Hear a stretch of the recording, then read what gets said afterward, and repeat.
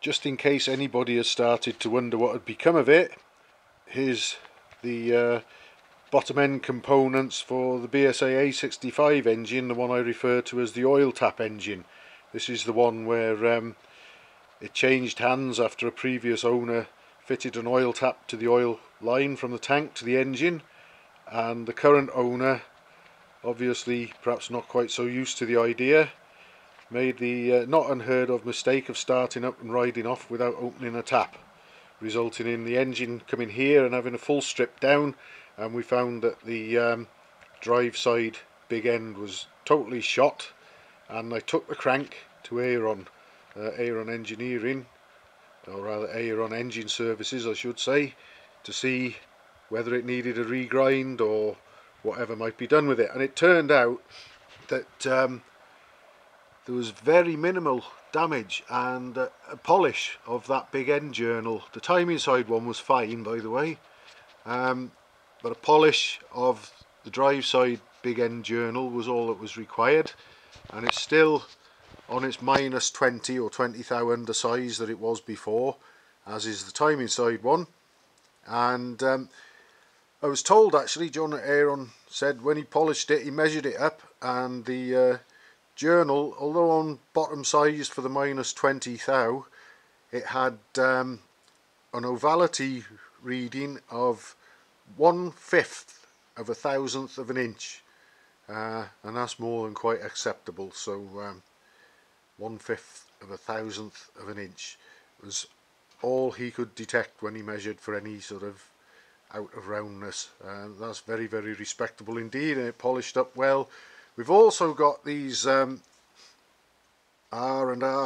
conrods, which I got from Burton Bike Bits. This is the second A65 engine that I've rebuilt using these now. Obviously the first one was the engine I put together for the chap who managed to blow a big hole in his crankcase on an engine I rebuilt a few years ago using well, original, shall we say, conrods.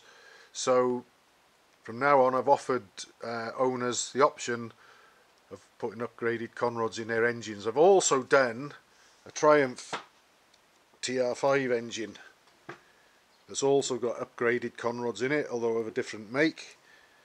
So they're proving to be quite a popular idea since that blown up A65 happened in the history of things that I've worked on over the years. So anyway, it's all ready to go back together. Obviously this one's got, it's not an SRM, it predates that, it's a Devimead conversion, but pretty much the same sort of thing.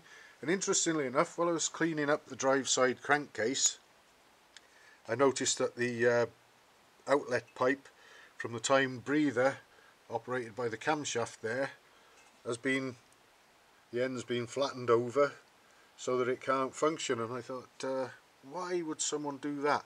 But I think it's probably part of the Devimead job, because obviously you haven't got a bush on the timing side anymore. It's dead easy for the engine, the crankcase, to breathe past that bearing and through into the timing side. So I should think that that is probably just a redundant feature now anyway, so not a worry. And I'm going to crack on and hopefully get the crankshaft back into the crankcases at least, and have a bottom end back in one piece to carry on rebuilding into an engine very soon. But that's where we're at the moment. So lucky escape for the crank, and obviously I've cleaned out, the sludge trap was almost spotlessly clean in it anyway, but all that's been taken care of as well.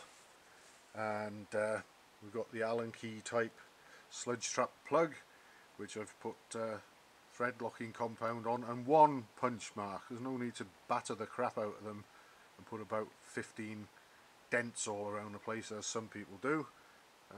So that's all ready to go back in the cases, and I'm going to start putting them together very shortly.